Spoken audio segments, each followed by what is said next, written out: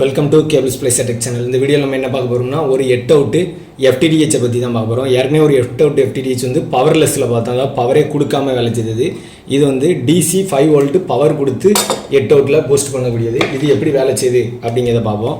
இதோட என்னெல்லாம் வந்துன்னா இதோடையே இந்த ஒரு 5 வோல்ட்டுக்குள்ளே ஒரு அடாப்டர் வந்து கொடுத்துருந்தாங்க. 5 வோல்ட்டு 1 ஆம்பியர் அதுவும் இதுவும் சேர்த்து வந்துருந்தது. அமேசானில் தான் இதை வாங்கணும். அதோட ரேட் வந்து 1500 ரூபா அமேசான்லேயே கிடைக்கி. எப்படி இருக்குது அப்படின்னு செக் பண்ணக்காண்டி வாங்கியிருந்தோம். இதில் 8 அவுட்டு. இது வந்து ஆட்டோ கெயின் கண்ட்ரோல் தான், அதனால் கண்ட்ரோலர் வந்து கொடுக்கல, ஆட்டோமேட்டிக்காகவே அட்ஜஸ்ட் ஆகிடும்.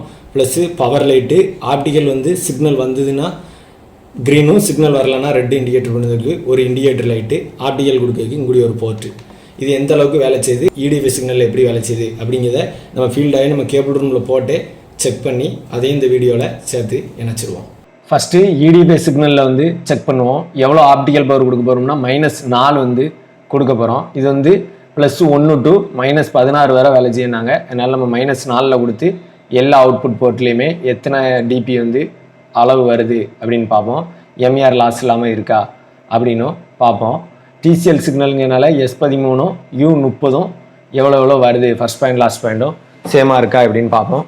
85 டிபி வரை பூஸ்ட் பண்ணுவோம்னு சொல்லியிருந்தாங்க -16லையுமே.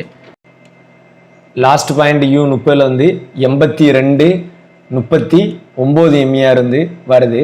ஃபஸ்ட் பாயிண்டில் வச்சு பார்த்துருவோம் எவ்வளோ இருக்குன்னு. அது எவ்வளோ இருக்குன்னா 80.38 எம்ஏஆர் வந்து இருக்குது S13ல்.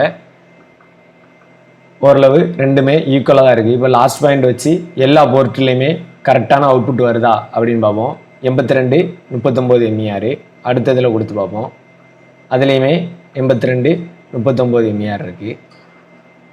4வது போர்ட்லேயுமே கரெக்டாக தான் இருக்குது. 5வது போர்ட்டில் கொடுப்போம். அதுலேயுமே ஓகே தான். அடுத்து 6வது போர்ட்டில் பார்ப்போம். அதுலேயும் கரெக்டாக தான் இருக்குது. இது வந்து எக்ஸ்டர்னல் போர்ட்டு. இது வந்து DC 5 வோல்ட்டு POC வழியாக USB POC வழியாக இன்புட் கொடுக்கக்குள்ள போட்டு அதில் வந்து அவுட்புட் வராது.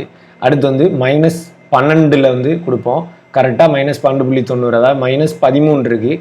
இந்த ஆப்டிக்கல் பவரில் வேலை செய்தான்னு பார்ப்போம். இதில் கொடுக்கும்போது இண்டிகேட்டர் வந்து க்ரீனுக்கு வந்து மாறல, ரெட்லேயே தான் இருக்குது. அவுட்புட் வருதா அப்படிங்கிறது வந்து தெரில, பார்ப்போம்.